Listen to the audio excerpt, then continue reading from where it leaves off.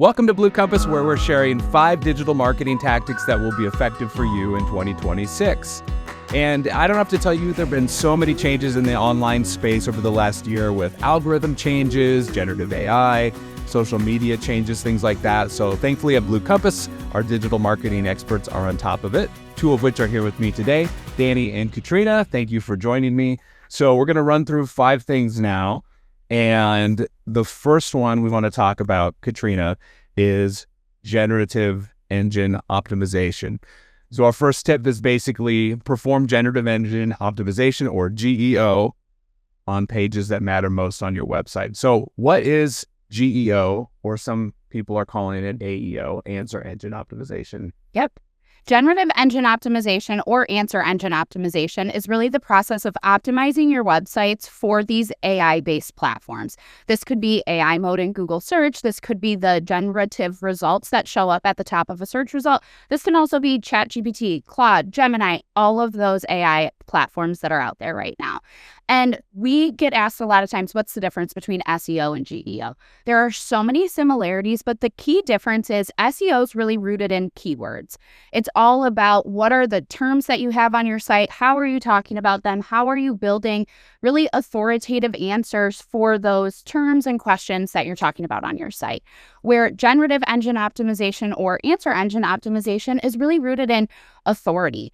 What is the intent behind what you're talking about? What expertise do you or your business have about this subject? And what are you able to tell people that nobody else is able to share? SEO can have a lot of competition in it because everybody's trying to say very similar answers to similar topics. But with Generative Engine Optimization, the benefit is every business has something that makes them better than their competition, or you have a unique take on something that makes your information, your blogs, your web pages really valuable for your specific target audience. And what's really cool is we're able to capitalize on that so much better as we do Generative Engine Optimization, or we're focusing on those GEO things, because we're able to highlight those unique differences, and we're able to highlight what makes each person at a company and each company really unique in their space. So GEO, does this mean SEO doesn't matter anymore? Absolutely not. SEO definitely still matters. We hear that all the time. SEO's dead. Search is over, and we understand why people feel that way. AI is the hot topic that's in all the news right now, all of those things. And while it is picking up steam, in reality, there's so many people still in search engines.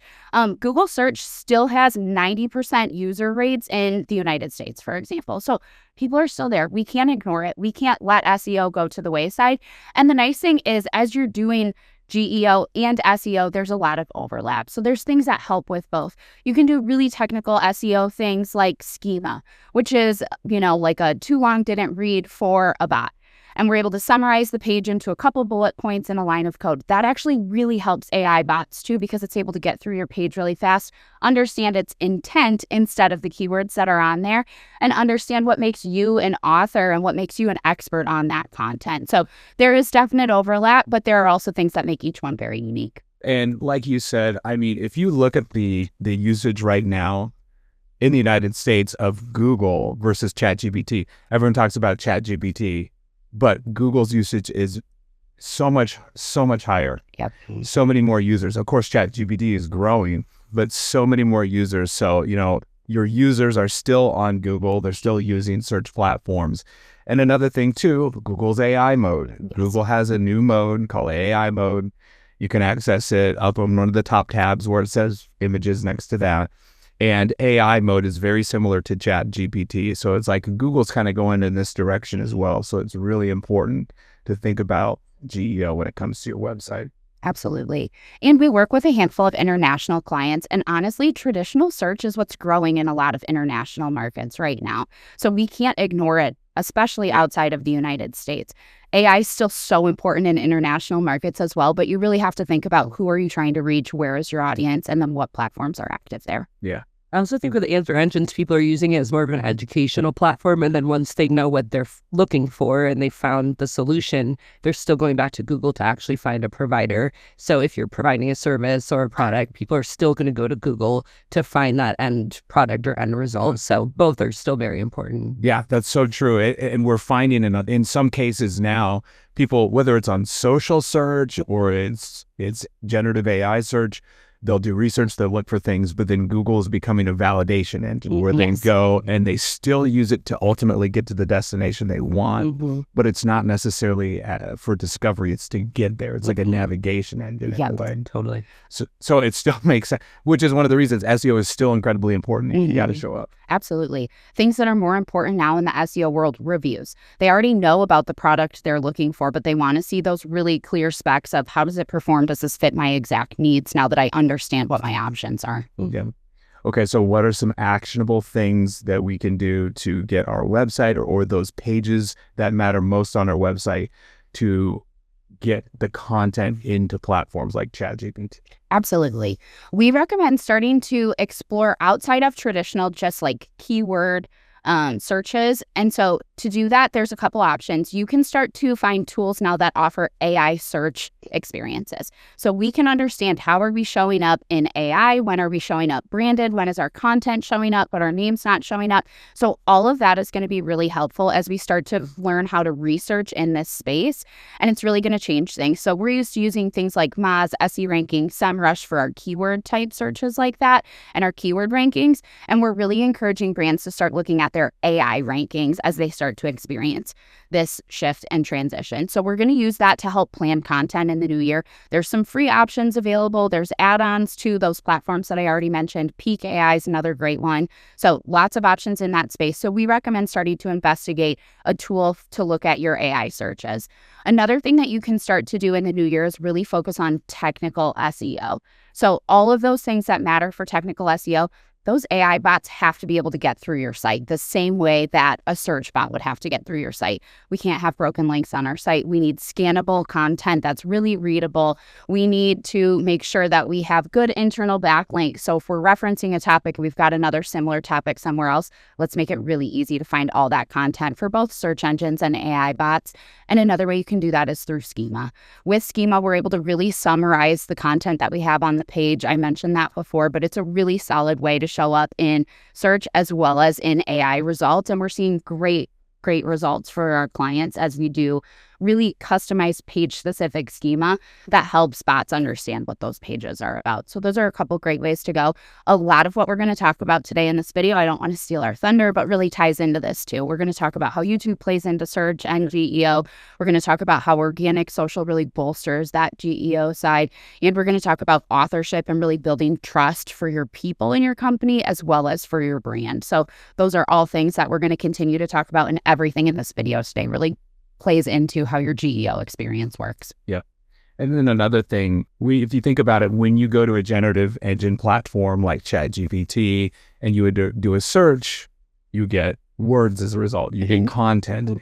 Content still matters so much. Copy on your website still matters so much. Original, well-written copy matters a lot. And it makes sense to continue to invest in really well-written content that's written by a human, because a human can do a better job. And ironically, it seems like these platforms, you generally draw more from human content than just AI-generated content.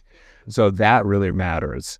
So, and then another thing too that matters, and this is a little more technical, but if your website is old, if it's over-relying on JavaScript, if it's loading slowly, AI bots don't like that, because when you do a search, they go out in real time in most cases, and they find content and they bring it back. So if they're having a hard time getting to the content, if it's taking a while to load, that will really hamper your ability to show up on these platforms. Absolutely. And so that's why it really makes sense in 2026 to invest in a solid website, a really good platform that will perform well for you, because it's not just about the experience people have on your website now.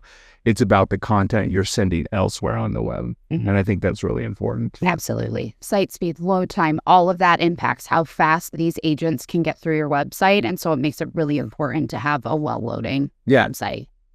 And then the last thing I would say is Google and search engines will send more traffic to your website than a generative AI platform like ChatGPT. But these days, I mean, if you do a search in Gemini and ChatGPT, there are little links and you still can get to different platforms. And one of the things we've talked about here is if someone does go to your website, if they get to your website from a generative AI engine, it means they are incredibly interested in that topic or in you. that means that they're likely to have really good behavior on your site, visit a lot of pages, be interested, have long dwell time on your pages, and convert too. Yeah. So the quality of traffic that AI platforms send to websites, while less than a search engine, is very high, which is another reason you want to show up. We've regularly said that organic traffic, so traffic coming from search engines, is the highest converting traffic on sites. And volume-wise, that is still true, but those behavior metrics coming from AI platforms right now is through the roof. If they're taking the time to do that, they're really interested in what you have, and we see amazing conversion rates from that content. Yeah. All right, let's get into number 2. Danny, this one is for you. Mm-hmm. Number 2 is to consider demand gen ad campaigns. Yep. What is a demand gen? Demand gen is the middle ground between display and performance max. So display is very imagery driven. It's very top of funnel. Performance max is also very visually driven. It's a lot of videos and images, but it's more conversion based. So it still has that search aspect, and it's based on audience signals. And it's really good for people who are ready to buy. Demand gen is in the middle of both of those. So demand gen is very middle of funnel. If you have a large audience who needs more education, they need to understand better what you do before they're ready to convert. It's a really good middle of the funnel tactic. It's also very visually driven, like display and performance max, but there's no search element to it. So you'll see it a lot on YouTube and Google Discover, YouTube Shorts. So if you're a company who has very strong video assets, you create new videos regularly, and you have a really great creative team or partner behind you, demand gen would be great for that. Especially too, if you are creating new services or products, or you have a long sales cycle, it's a really great way to just educate your audience and use more visually appealing creative assets to do that. And so it's definitely right in the middle of all those campaign types. So if you are running search, you are running performance max, and you feel like your conversion rates could be better, or you have a really solid list of people who you want to continue to educate, demand gen would be great for those audience specifically. And this is Google. Correct. Google ad type. Yep. So it's on Performance Max is all Google. So it's the display network, it's search, it's YouTube. Demand gen is very focused on YouTube Shorts, Discover. So it's very video based. So it's, if you are going to spend time and money and effort into demand gen, having high quality videos is definitely really important. If you're going to do it and you don't have high quality videos, it's probably going to hinder your ability to show up well on those platforms, because the goal of it is to be very creatively driven. Yep. And you talked a little bit about the purpose, but could you give an example or just talk a little bit more about, like, when would this be handy, like to what type of client? Sure. And what part of the sales funnel? Yep. So definitely longer sales funnels. So like healthcare, finance, if you have a longer sales cycle, it takes people longer to buy, and you want to educate them more on why you're different, what you do, that middle of the funnel, being able to educate them, telling them more about what the product is, what the service is, or how you are different, that type of campaign would be great for you, because it just allows you to, again, have all different type of video formats. You can have 15 seconds, 30 seconds. And so it just really meets people where they are. They're most likely going to know who you are, especially if you're using a list of people that you already are uploading to the system. You can target them specifically and use specific educational content to tell them a little bit more. So then when they are ready to buy and they're ready to search for your specific brand, your search campaign, when it comes up, they already know who you are, they already trust you. And so that conversion is more likely to happen. So if you have a large audience in the middle that you feel like they're just not getting it and you want to tell them a little bit more, demand gen would be great for that. Yeah. We've seen great success for clients who have good brand awareness, but maybe they're opening a new location or they're breaking into a new market, and we need to extend that brand awareness into a new geography. We've seen amazing results from that perspective with demand gen campaigns, in a way that Performance Max is so focused on that end conversion. Mm-hmm. And it just didn't hit the same way that a demand gen campaign can really help nurture people down that middle to end of funnel to help get them to that conversion point. And demand gen optimizes based on the engagement. So how long are people watching the video? How long are people staying on that specific creative asset? Whereas Performance Max, it's did they go to your website and did they convert? And so to Katrina's point, like, it's really great for just continuing that brand awareness. Oh, people are watching, people are paying attention. We're going to show more people these videos or these assets. And, if we can help you with any of these tactics, whether it's GEO or demand gen, we do this all the time for our clients. Or, in 2026, if you're looking to assess like what's working and what's not with your online presence and your website, we do amazing audits, which we call digital discovery, that basically clears things up for you and gives you the right direction moving forward. Let us know. Feel free to reach out to us. Okay, so number 3 is commit to a YouTube video cadence. So YouTube is nothing new. It's been around forever. It doesn't seem like it's that innovative, but YouTube is continuing to grow. And one of the reasons why we're talking about YouTube today is not only can your brand be found on YouTube, it can be found in Google. Google owns YouTube, and video content shows up really well in Google search. But then also we are finding that generative AI platforms, again, like ChatGPT, are drawing from YouTube videos quite a bit. And so this is another place that you can get your brand, your products, your services potentially found. So it's like you're covering YouTube, search, and GEO in some ways when you do videos like this video we're doing today. It's really easy to not get into a cadence to putting videos out. Yep. It's really easy to maybe just do one and forget about it, because videos are a lot of work. You have to shoot it. You have to set up lighting. You have to edit it. So one of the things we do tell our clients is like, hey, videos don't have to be perfect. It's not a Hollywood production. It doesn't have to have perfect lighting. It doesn't have to have perfect sound, but it does have to have valuable content that appeals to your audience. But if you can get in a cadence, if it's like one video a month or one video a week, whatever it is, that's really fantastic. And sometimes we have clients ask us like, how long should the videos be? Sometimes people think really short videos do better on the web. Sometimes we hear that platforms like Facebook and YouTube prefer long videos because they want visitors to stay on their platform longer.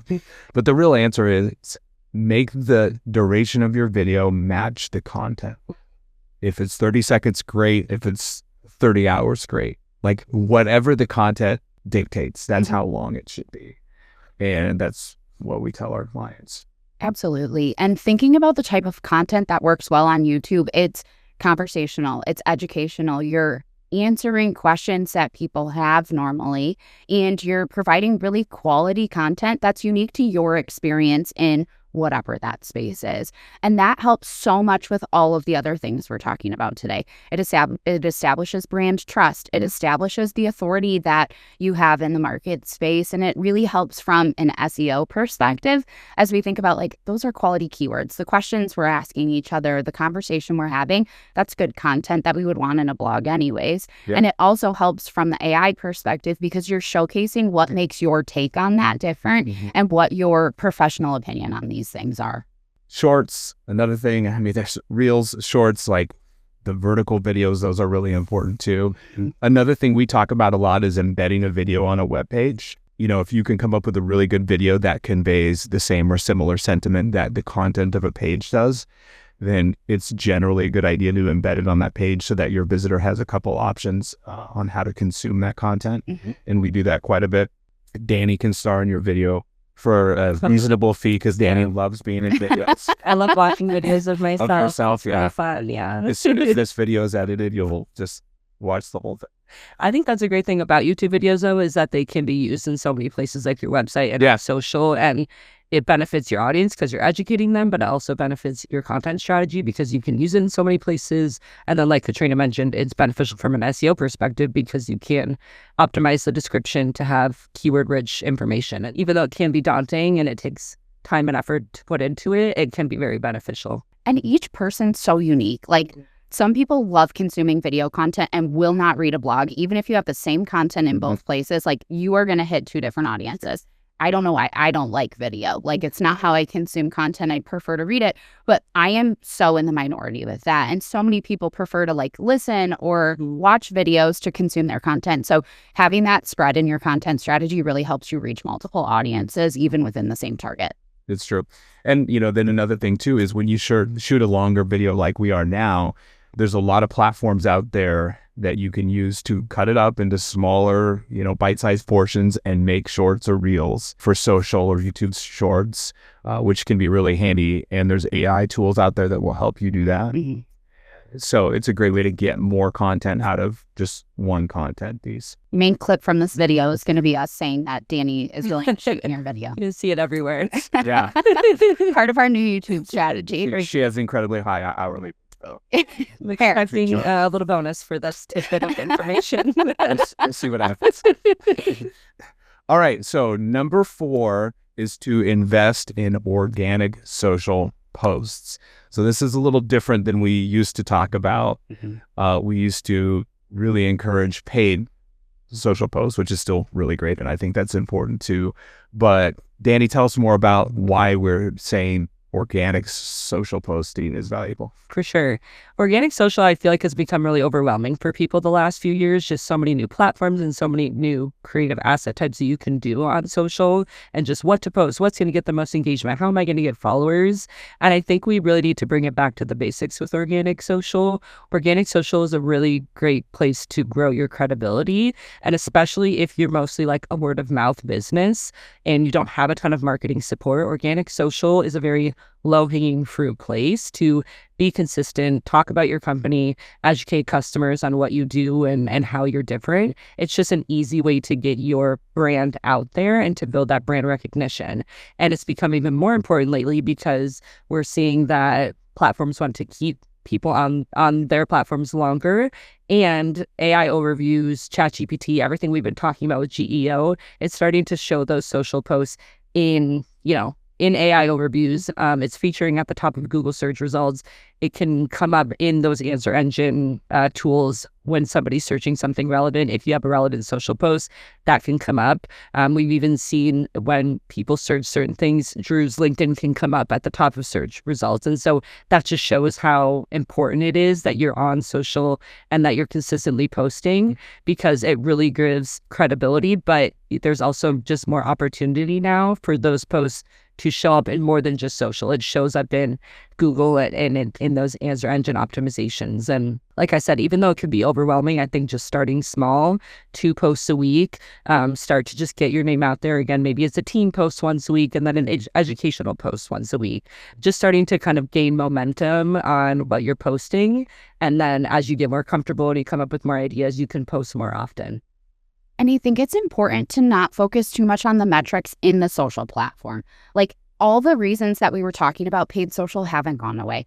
The algorithms in those social platforms are not showing your content to a lot of people if there's not money behind it. But the benefit of this really comes in all of those other platforms that you just said. It's in the AI searches. It's showing up in the Google searches. So don't get discouraged by low engagement on organic social, because the value of that content goes to so many places outside of that you can't see in those metrics. Yeah, absolutely.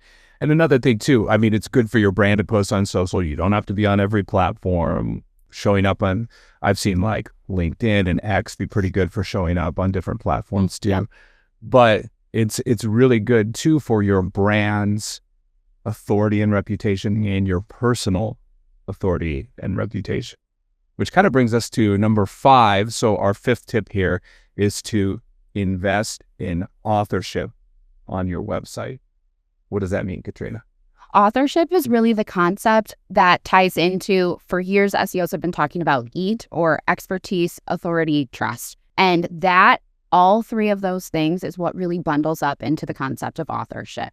So we want to be able to say on a website, we love when we can like cite who wrote each blog or each news release that's on a site, because we're tying a person and a level of expertise to each of those topics and each of those concepts. So from a technical perspective, authorship is done by like putting the name of somebody on the bottom of your blog or your news releases. You do that, layer it in, make it extra better with like schema, things like that. But it's really the concept of, okay, Drew is a business owner. He focuses on digital expertise. He can talk about design because he was a designer before he was a CEO of a company. And all of those things that make Drew unique in owning Blue Compass, having these expertise, gives him more credibility to talk about all of those topics. So you post on organic social about those things because it's what you're good at. It's what you're passionate about. You make YouTube videos about these things. And all of that ties into building this authorship that goes behind your name, behind your title, and behind your credentials. And that helps Google, that helps AI searches really choose to say, okay, if Katrina and Drew were both posting about the same thing, who should we post about? We could have really similar opinions because we work for the same company. We have a lot of the same ideals on this stuff. But because you are more active with your brand presence personally and professionally, your content would outrank mine. So it's really important for companies and for key leaders within those companies to add their name to things, and really easy steps to get started with this. If you're not comfortable being in the spotlight with things, we totally understand that. But like, add a quote to a blog or a press release that goes out. If you're a healthcare organization and one of your doctors or one of your board members can take a few minutes to summarize why this is important for your brand, and we put their name on it, put their title next to it, even that is a really great way to start and to help build the authorship and the expertise behind those individuals in your organization, as well as your brand as a whole. Yes. And I think, part of the background on this is authenticity. Yes. Because Google and other platforms are recognizing that these days, I think especially young people trust individuals over brands or the media or anything like that.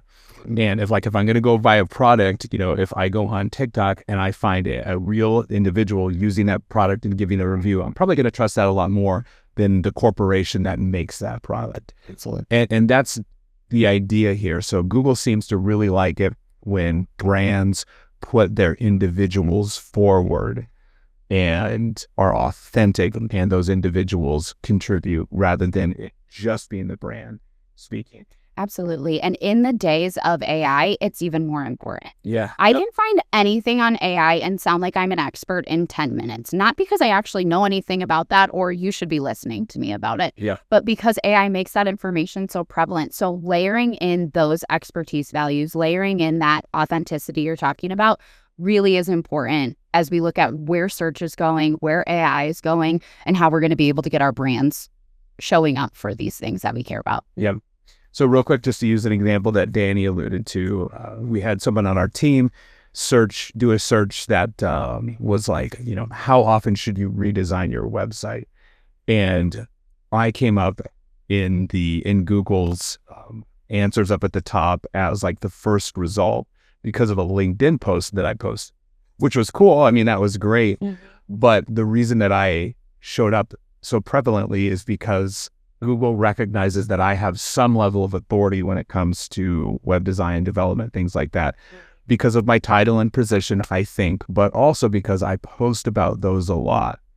And if I would have posted about, some golf tips on how to have the perfect swing, I don't think that would come up because I don't know anything about that. And there's nothing else online on my website, on my social profiles. I never talk about golf. Mm-hmm. So I'm not going to show up for that. So it's kind of a simple concept, but I think, the takeaway is if you can add authorship to your website, if you can have author pages, if you can get some of your experts to agree to write blogs or ghostwrite blogs, or, be featured on the website. And then two, if they can become at least a little bit active on one or more social platforms and talk about their expertise, and highlight your brand and things like that, that can go a long way. Absolutely.